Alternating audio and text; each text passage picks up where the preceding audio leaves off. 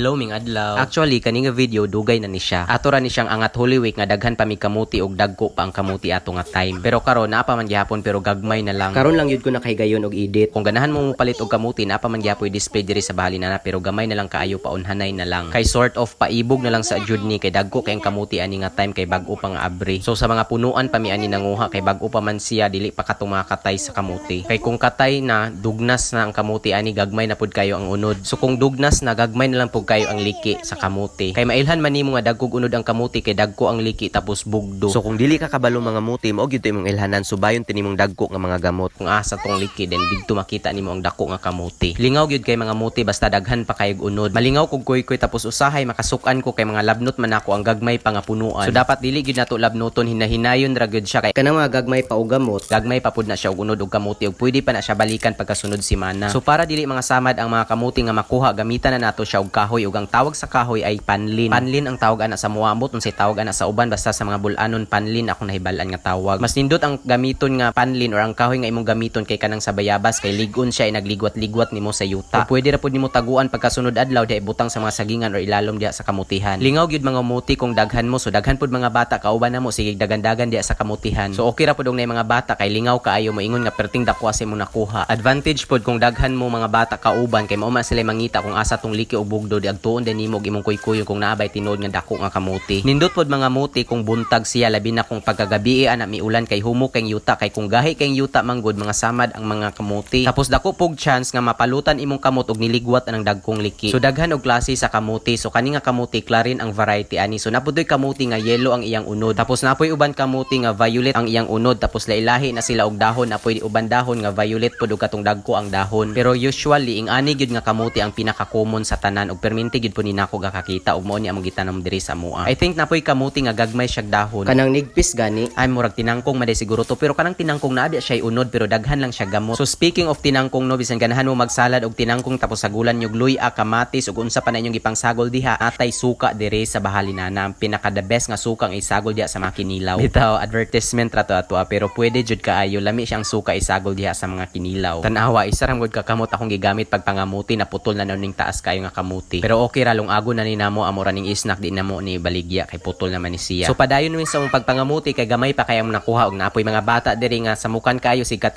aning durian mga bali ang sanga. So ang nahitabo sige na nung kung pangasaba wanan nung ko nangamuti. Pero bitaw mas daghan ang video ani kaysa akong pagpanguy ko diha sa kamutihan. So mao pa niya mong nakuha nga kamuti gamay pa kayo diha patunga dapit sa balde. So mao to video na lang nako si mama kay maayo man kay siya mga muti. Og sila gyud pud ang nagtanom ani so kabalo sila kung ahato dapit ang punuan og dahatong dagko nga kamuti. Pero dapat po daw sa isa ka punuan dili nimo hotdan kay mahapdusan daw kuno ang kamuti. So kung bag-o pa dapat daw pilion daw tong dagko pa diha sa punuan kay katungagag may balikan na lang to pagkasunod adlaw. Pero sa ako ang hitabo laras tanan ang tanan kamuti nga makita kwaon gyud. So sama aning nga sa video dako kayo ang gamot sa kamuti so dako pud kay siya og unod. So inaglungag pud nimo aning kamuti dili pud kayo nimo daghanan og tubig kay para dili siya malata. So kung lata na pud kaayo ang tawag ana sa moa kay lunaw or linunaw. So basically ang lunaw kay daghan siya og tubig tapos inagmaluto na siya butangan din nimo siya og sugar. Isa sa timailhan nga pwede na ka manguha og kamuti kay gamay na lang kay bulak diha. So kung mudugnas na ang kanang mga bulak sa kamuti so pwede na ka manguha approximately I think 3 months siya gikan sa pagtanom pwede na nimo pangwaon ang unod sa kamuti. Kay even dagko ng unod sa kamuti pero wala pa siya miabot ana nga mga duration nga mga 3 months so medyo lagat ang kamuti ana siya dili pa kay siya matured or shall I say dili pa kay siya pughad kaunon. So sakto-sakto gyud siya kuhaan mga 3 months siya pero dili pod kay nimo palabian nga dugay kaayo kay ang uban ana bukbukon na. Para daghan gyud mig kamuti nga makuhaan ning higayuna among yung gituyok og kuy-kuy ang tibok kamutihan kay medyo gamay ra pud ni among kamutihan nga gitanom. So ang ending mura na noon og ipangungad sa baboy ang tibuok kamutihan. Pero sige na lang kay tagsa ra man mi mga muti nga daghan mi. So sobra gyud mi isa ka oras nangoy-koy diri og mauna ni among tibuok nga nakuha sa among pagpangoy-koy diri sa kamutihan. Amo nang gisulod og sako gipangtapok namo tapos gipanguha tanan gipangsulod ya sa sako kay para dalon namo sa bahalinana og hugasan. So ang tema mura gyud siya farm to market fresh from the farm pag yun kamutiha. So maora to dagang salamat og hinaut ang tanan makapanilap.